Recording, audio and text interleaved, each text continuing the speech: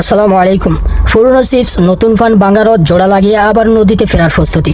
প্রতিটি ভাঙা রডের পিছনে একটা গল্প থাকে, আমি সেই গল্পগুলোই আবার সচল করি। মাছ ধরার শখ যখন ভালোবাসা হয়ে দাঁড়ায় তখন কোনো কিছুই ফেলা যায় না, যত্ন করে সারিয়ে তোলায় আসল শিল্প। সিফের টিপ ডগা ভেঙে গেছে, চিন্তা নেই, খুব সহজে নিজে সারিয়ে নিন। নতুনের মতো ফিশিং, আপনার প্রিয় ফিশিং রডটি মেরামত করার সেরা পদ্ধতি দেখে নিন। রড গাইড কিংবা রিং নষ্ট হয়ে গেছে, দেখুন কিভাবে নিখুঁতভাবে রিপেয়ারিং করা যায়। রড মাছের টানে ভেঙে গেছে, ভয় নেই, আমি আছি তো, আবার যুদ্ধে নামার জন্য তৈরি হন। পুরনো চাল যেমন বাতে বাড়ে, পুরনো চিপও সঠিক রিপেয়ারিং গড়ে তুললে মাছ ধরার জন্য কার্যকারী হতে পারে। রিপেয়ারিং হলো আমার থেরাপি, চিপ ছাড়াই আমার মনের শান্তি। আপনি কি কোনো নির্দিষ্ট মেরামতের পদ্ধতি যেমন গাইডস লাগানো বা ডগা মেরামত নিয়ে ভিডিও দেখতে চান?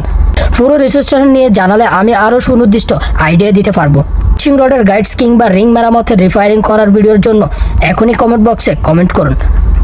ফিশিং রডের গাইডস কিংবা রিং মেরামতের রিপেয়ারিং করার জন্য এখানে বিশেষ কিছু ভিডিও দেওয়া হবে, আপনার কাজকে আরও নিখুঁতভাবে ফুটিয়ে তুলতে পারবেন।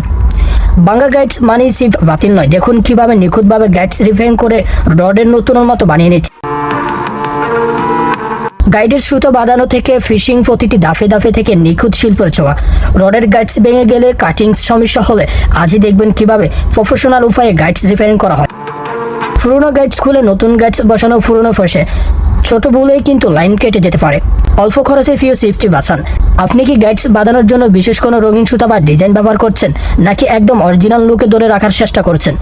এটি জানালে আমি আপনাকে সুনির্দিষ্ট একটি ভিডিওতে বলে দিতে পারবো কিভাবে আপনি সেটা করতে পারেন।